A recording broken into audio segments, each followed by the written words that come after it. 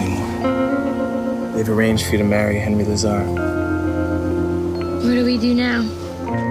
I'd do anything to be with you. It killed again. The wolf. The wolf is someone in this village.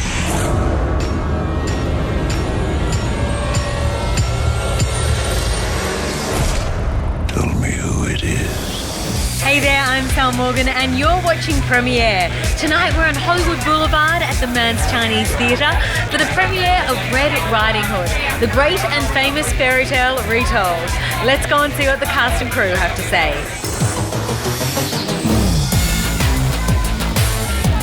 It scared me as a child. Listen to your mum and don't go into the woods. The thing about the fairy tale is it's dark. You know, it's about if you stray off the path, you're going to meet the wolf. It's a thriller and it's a mystery, and they've kind of really made it socially and politically relevant. All the relationships in the movie and the way we communicate in the movie with each other is very contemporary, but set in this medieval, dark, gothic town, and it's just awesome. How would you say that this film is different to the original story?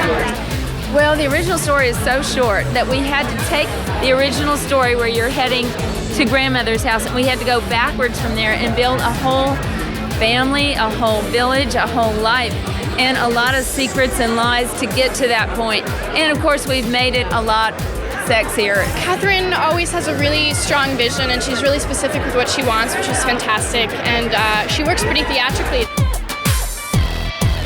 I would say it's a dark interpretation. That's a very good way of putting it. A very dark interpretation of a classic fairy tale.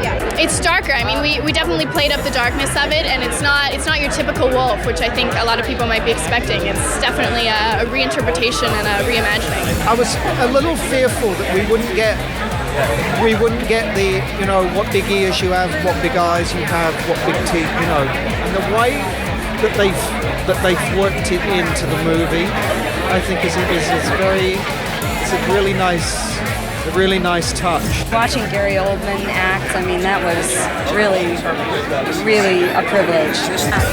Gary, I mean, you see him across the room and you instantly fall in love with him. He's like so amazing. I learned so much. I remember the first day he walked on set and he had his big purple tunic on and he was walking around set like a madman, you know, giving it out at the top of his voice, singing his lines, doing all sorts of things, and you look at him and you go, oh God, there's something wrong with him. But then you realise that he just doesn't give a shit, pardon my language, and he's dangerous and courageous. And when you see that as a young actor who's desperately trying to get everything right, and that just to go, it doesn't matter, yeah, it inspires you. The costumes seem to play a huge part in the movie. How would you say they contributed to the story? Well, the costumes, I mean, first of all, the movie is, the fairy tale is named after a piece of clothing, Red Riding It. So you have to have an amazing cape.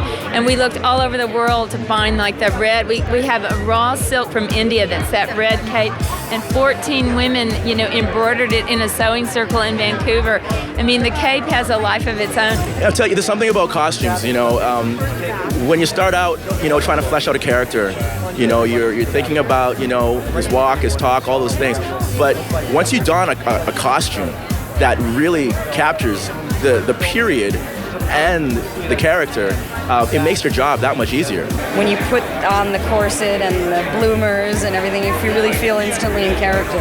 Who is Red Riding Hood? Would you say she's a heroine, a superhero, or a woman to aspire to? I say she's a woman to aspire to.